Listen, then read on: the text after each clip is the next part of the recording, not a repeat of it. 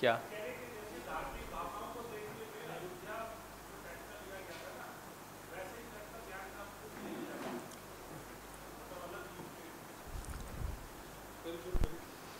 शुरू करें?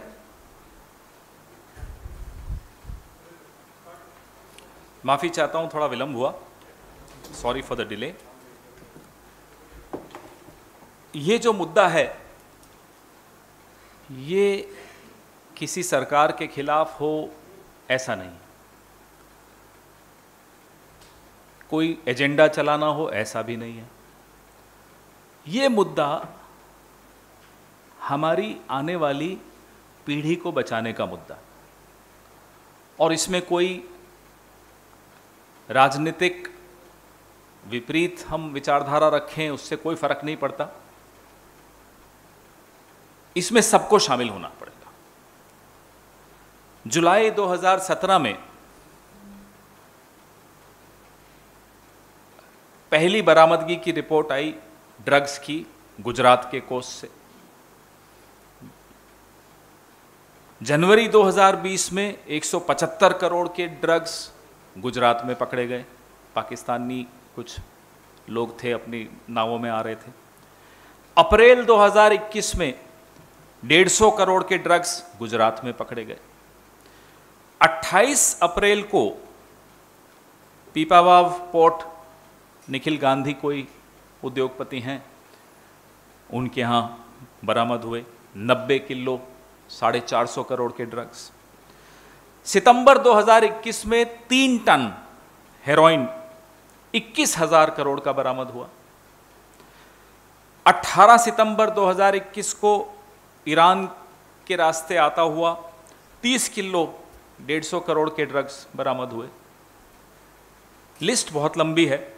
और अभी कल मुंद्रा पोर्ट पे एक बार फिर 52 किलो कोकीन ईरान के रास्ते बरामद हुई। लगातार गुजरात के रास्ते, गुजरात की कोस्ट लाइन पे ड्रग्स पकड़े जाते हैं। जो सबसे महत्वपूर्ण बात यह है, आप कहेंगे ये तो पकड़े गए, इसमें क्या खबर है। जो 1,75,000 करोड़ के ड्रग्स आए और मार्केट में फैल गए, नहीं पकड़े गए जून 2021 में। जो इतना बड़ा ड्रग्स का बरामदगी हो सकती थी और नहीं हुई, वो कितनी ट्रक्स में हिंदुस्तान में फैला होगा। एक ट्रक में पूरे के पूरे ड्रग्स तो आप भर नहीं सकते, कुछ और भी रखेंगे तो 5 टन रख दिया होगा आपने। तो 25 टन ड्रग्स ट्रकों से गुजरात के मुंद्रा पोर्ट से निकलकर पूरे देश में फैल गया। पहले तो गुजरात के मुंद्रा पोर्ट पे निकल गया। उसके बाद ट्रकों के माध्यम से पूरे देश में फैल गया। आपने कुछ नहीं किया। हम लोगों के दबाव से 18 महीने बाद, 18 महीने तक कोई फुल टाइम हेड नहीं था एनसी ड्रग कंट्रोल ब्यूरो का। बाद में जाकर जब पूरे देश में कांग्रेस पार्टी ने इस बात पर आवाज उठाई, हमारे तमाम नेता पूरे देश में जाकर इस पर उन्होंने बोला, तब जाकर दबाव में आकर इन्होंने एक फुल टाइम हेड बनाया एनसीबी का। Ministry of Home Affairs, Nityanand Rai minister of state ने हमारे सांसद दिग्विजय सिंह जी को के एक सवाल में जवाब दिया और उन्होंने ये सूचना दी कि एनआईए को ये बरामदगियों का जो केस है वो सौंप दिया गया। 2 बरामदगियों का केस। ये वो जवाब है, मैं आपको संलग्न कर रहा हूं। ये हुआ था 6 अक्टूबर 2021 को, एनआईए को सौंपा गया।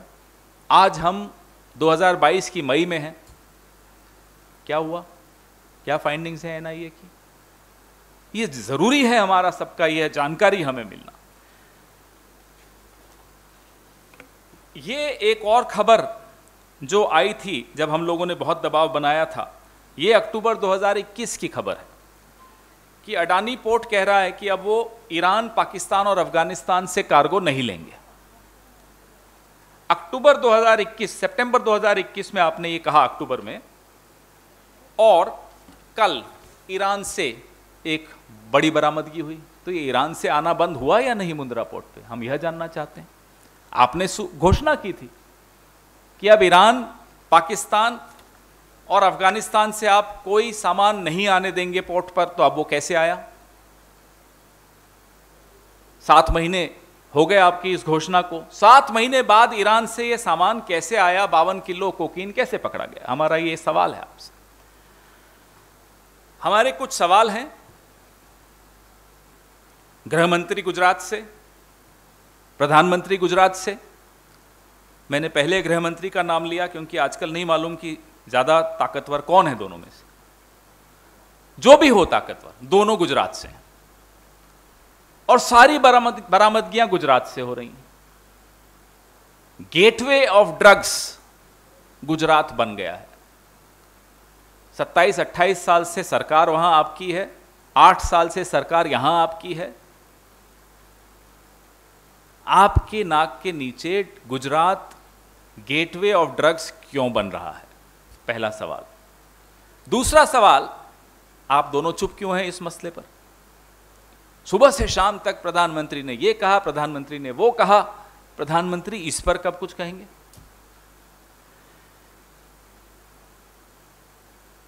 ड्रग्स का व्यापार ऐसा नहीं होता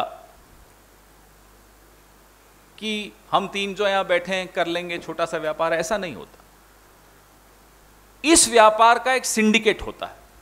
उस सिंडिकेट की तारें पूरे दुनिया में जुड़ी होती हैं और उस सिंडिकेट को वरदहस्त, राजनीतिक वरदहस्त अवश्य प्राप्त होता है। उसके बगैर वो सिंडिकेट जीवित नहीं रह सकता। तो हम यह जानना चाहते हैं कि हिंदुस्तान में ड्रग्स के इस सिंडिकेट का एल चापो कौन है, पैब्लो एस्कोबार कौन है, नाम बताएं उसका। और इस सिंडिकेट को ध्वस्त करने के लिए आपने क्या रूपरेखा बनाई है, क्या नीति आपकी है, वह भी स्पष्ट करें।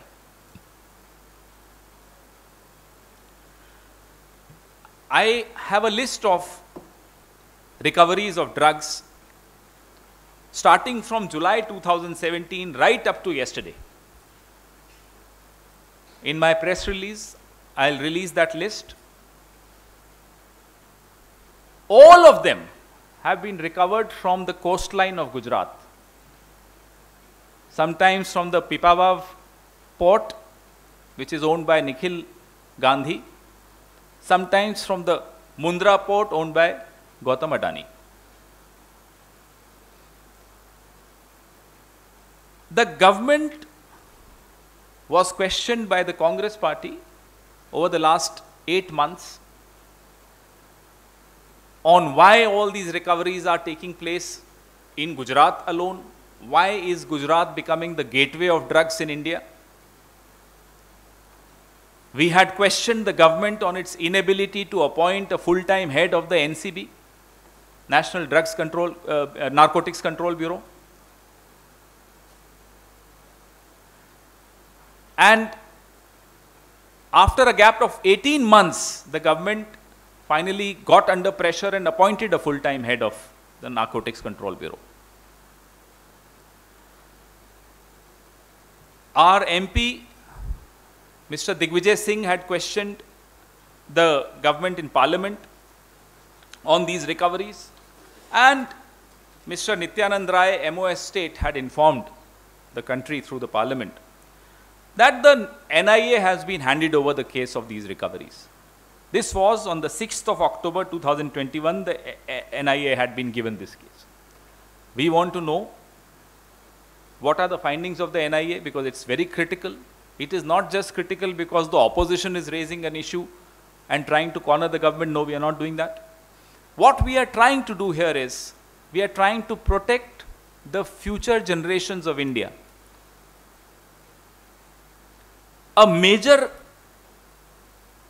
smuggling of drugs that happened in June 2021 and did not get caught was 25 tons, costing 1,75,000 crores So 25-ton drugs came to the port, not just came unchecked, went unchecked through trucks to the various parts of this country.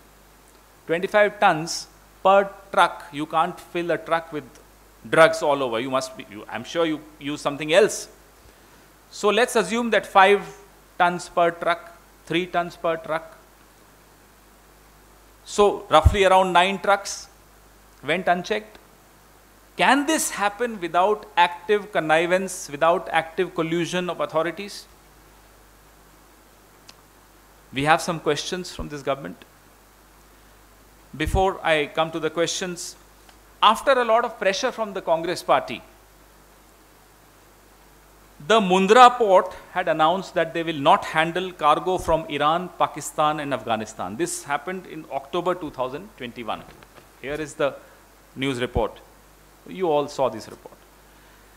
Yesterday, there was a 52 kilogram cocaine recovery worth 500 crores from the Mundra port, came from Iran. So if you've stopped cargo from Iran, Afghanistan and Pakistan, how did this come? We want to know. We also want to know, apart from Gujarat becoming a gateway of drugs under your watch, you have the Prime Minister from Gujarat, you have the Home Minister from Gujarat. Why are they silent? This is a Prime Minister who talks more and does less, and on this particular issue, not a word. Why this silence? Drugs can't be traded just at a retail level. 3-4 of us are just dealing into drugs. That doesn't happen. It is always a part of a larger global syndicate. And these syndicates have active political patronage in whichever country they operate. We demand from the government answers on what is your blueprint, what is your roadmap to bust this syndicate, and who is the El Chapo or Pablo Escobar of this drug syndicate in this country. These are important critical questions because, as I said, we are dealing with the future of our next generation. We are destroying it. We owe it to them, if not to ourselves, to give them a drug-free future. Under this government, whether it's the Narcotics Control Bureau or other agencies, unfortunately these agencies have been reduced to what I call to retail politics. खुदरा राजनीति का एक जरिया बना दिया है narcotics control bureau को, ED को, सीबीआई को, तमाम एजेंसीज को. So instead of getting these agencies, forcing these agencies to deal into retail politics, they should be focusing more on recovering these wholesale drugs that are coming in. So a lot of unanswered questions from the government, and we need answers, we demand answers because we owe it to our future generations. Thank you. Please, your questions.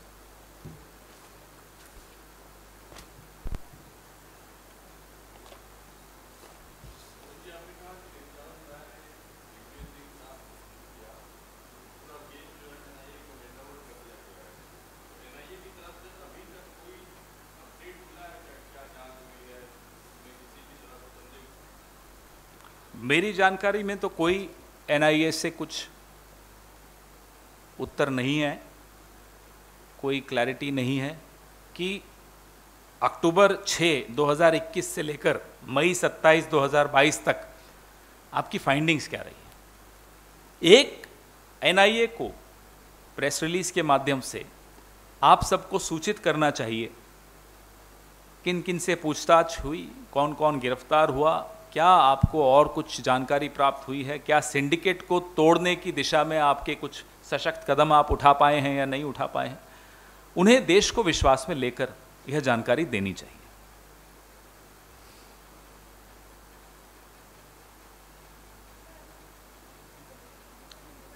Let's try first to focus on this issue and then we can take other questions with the permission of Pranav ji and Sanjeev ji.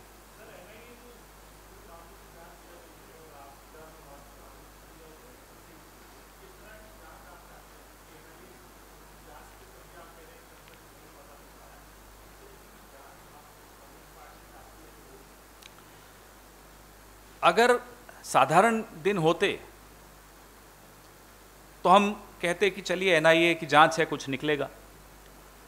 ये असाधारण वक्त है, यह दौर असाधारण है, जहां agencies पर से भारत की जनता का भरोसा उठता चला जा रहा है और उसकी सीधे सीधे जिम्मेदार सरकार है, क्योंकि एजेंसीज को उन्होंने अपनी खुदरा राजनीति का जरिया बनाया।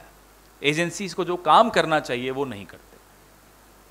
मैंने आपको उदाहरण दिया, नारकोटिक्स कंट्रोल ब्यूरो का 18 महीने फुल टाइम हेड नहीं था। कांग्रेस के भीषण दबाव के चलते फिर जाकर इन्होंने नवंबर 2021 में एक फुल टाइम हेड बनाया। अगर इस तरह से एजेंसीज चलेंगी, एजेंसीज को आप कठपुतली बना दोगे, तो एजेंसीज की रिपोर्ट आएगी ही नहीं, और आएगी तो कोई किसी को उस पर विश्वास नहीं होगा। इसलिए हम चाहते हैं, प्रधानमंत्री और गृह मंत्री दोनों गुजरात से हैं, गुजरात हिंदुस्तान में गेटवे ऑफ ड्रग्स बन गया। उन्हें बाहर आकर इस पर कुछ बोलना चाहिए, ताकि लोगों को थोड़ा भरोसा हो सके कि शायद इनकी नीयत है इसको कंट्रोल करने की। अभी लोगों को शक है इनकी नीयत पर।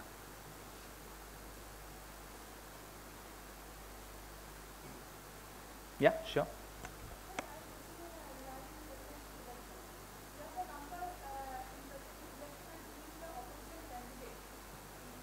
I wish such decisions were taken at a impromptu manner at a press conference. These are not decisions that are taken in a press conference.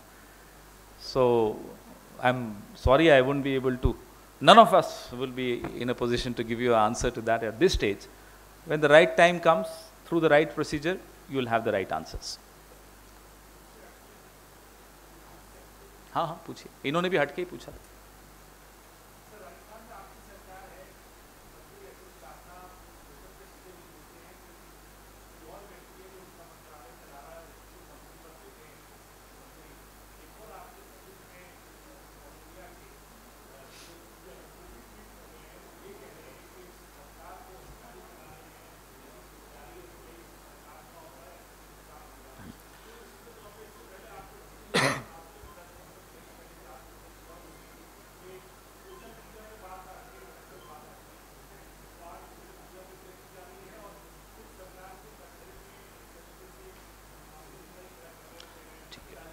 तो इसका जवाब तो आज मैं देख रहा था, सोशल मीडिया पर ही देख रहा था, अशोक गहलोत जी ने दिया है कि मंत्री जी के विभाग जो हैं ज़्यादा हैं, उससे उनको तनाव हो रहा होगा, तो शायद तनाव में उन्होंने ये ट्वीट कर दिया। तो उसका जवाब अशोक गहलोत जी दे ही चुके हैं।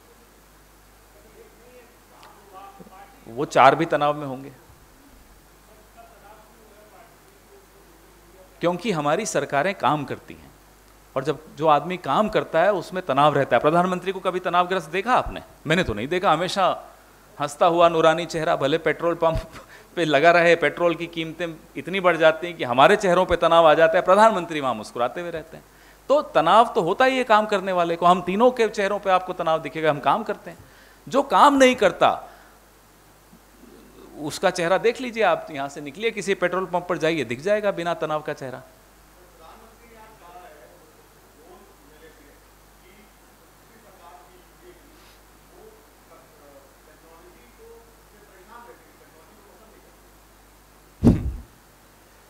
प्रधानमंत्री की कोई भी बात वो देश में बोलें या विदेश में बोलें, कुछ लोग गंभीरता से लेते होंगे। गाहे बगाहे मैं ये देख रहा हूं, देश में अब उनकी बात को कोई गंभीरता से नहीं लेता, क्योंकि उनकी तमाम बातें एजेंडा ड्रिवन होती हैं, और वो एजेंडा भी कोई देश हित का हो ऐसा नहीं होता। वो एजेंडा होता है कि कैसे पुरानी सरकारों को कोसना। आप 8 साल से बैठे हैं, टेक्नोलॉजी मिशन आप लाए थे, टेक्नोलॉजी मिशन राजीव गांधी लाए थे। नेहरू जी आज जिनकी पुण्यतिथि हम मना रहे हैं, उनका योगदान इस देश में टेक्नोलॉजी इंफ्रास्ट्रक्चर की नींव रखने में कितना भारी था, मुझे नहीं लगता आने वाली कोई भी सरकार उस योगदान का मुकाबला भी कर पाएगी। तो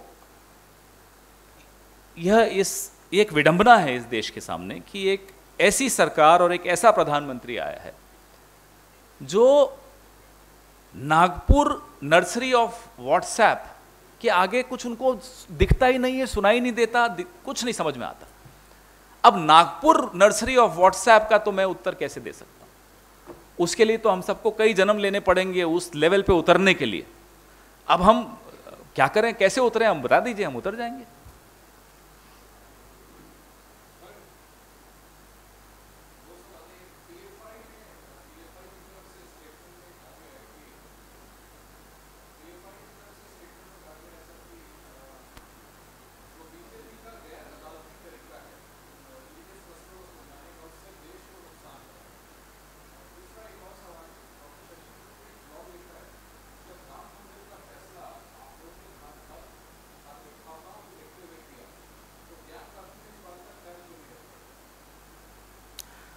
जहां तक मेरी जानकारी है, और अगर गलत हो तो आप दुरुस्त करिएगा, अयोध्या मामला अदालत के जरिए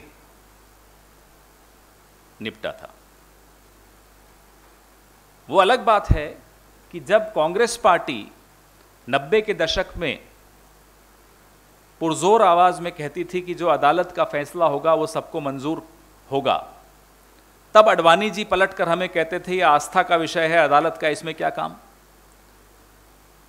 लेकिन हमारी ही सुर में फिर सरकार भारतीय जनता पार्टी की बोलने लगी। जब खुद सरकार में आ गए तो बोलने लगे जो अदालत का फैसला होगा वो स्वीकार होगा। तो हमारा स्टैंड हमेशा इस मुद्दे पर बिल्कुल स्पष्ट रहा है, क्योंकि नियम कानून से देश चलता है।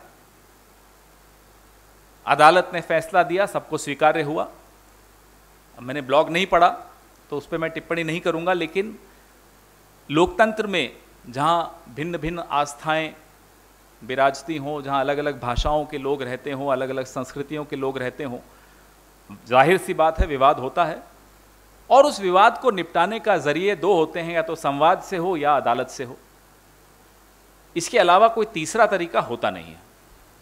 रही बात आपने जो पीएफआई की बोली, तो उसको मैंने अभी देखा नहीं है, उस पर मैं टिप्पणी नहीं करना चाहूँगा। धन्यवाद। मैं प्रेस कॉन्फ्रेंस में अभी कर रहा हूँ जी।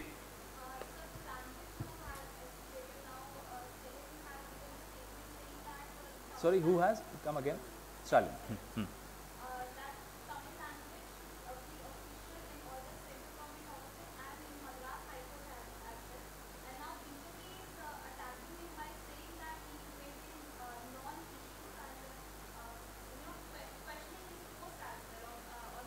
Look who's talking. Who's an expert on imposing non-issues on this country? The BJP.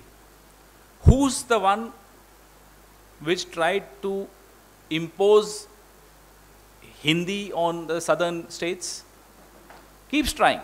Whether they are in power, they are not in power, they will keep trying to talk about imposing their language, their culture, their perception of India, their distorted vision of India. So they are nobody to comment on Stalin ji or anyone else. Language has had a huge history of, I wouldn't say dispute, but yes, there has been a history of dialogue between various languages. BJP should go through that history and learn its lessons from that history. Sure.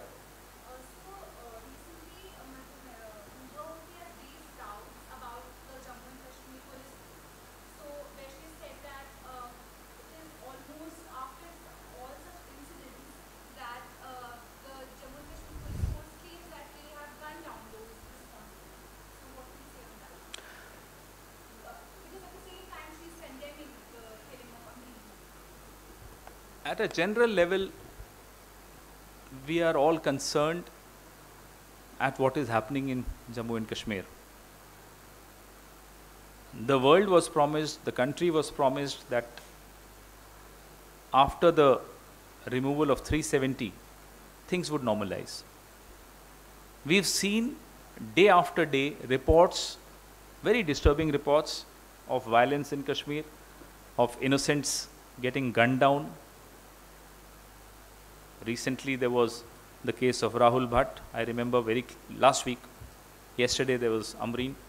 So These are disturbing reports, and the government owes an answer to the people of India, all of us. The government had promised that there will be normalcy. We don't see normalcy on the horizon at all. I said I'm giving you a general perception of the Congress party, which represents, this opinion is not just our opinion. People of India are demanding answers from the government. Jammu Kashmir से जो reports आए दिन आती हैं, सरकार के उस वादे से कहीं विपरीत हैं कि 370 हटाने के बाद बिल्कुल सब कुछ शांत हो जाएगा और सामान्य स्थिति वहाँ वो बहाल कर पाएंगे। अभी कुछ हफ्ते पहले राहुल भट्ट वाला हादसा हुआ, कल एक और अमरीन भट्ट का हादसा हुआ। लगातार ऐसी रिपोर्ट्स आती हैं जहां निहत्थे नागरिक, सिविलियंस पर हमले हो रहे हैं, तो स्थिति दूर दूर तक सामान्य होती हुई नहीं दिख रही। Thank you.